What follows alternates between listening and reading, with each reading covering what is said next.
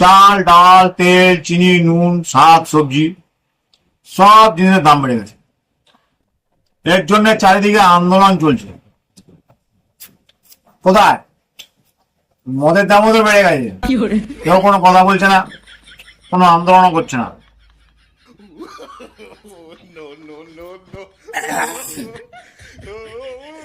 আমরাও তো কোনোদিন কাউকে কিছু বলিনি, আন্দোলনও করিনি। শুনেছি আমাদের জন্যই নাকি সরকারের অর্থনৈতিক পরিস্থিতি চাঙ্গা হয়ে আছে। তো সরকার তো অনেককে অনেক রকম ভাতা দিচ্ছে,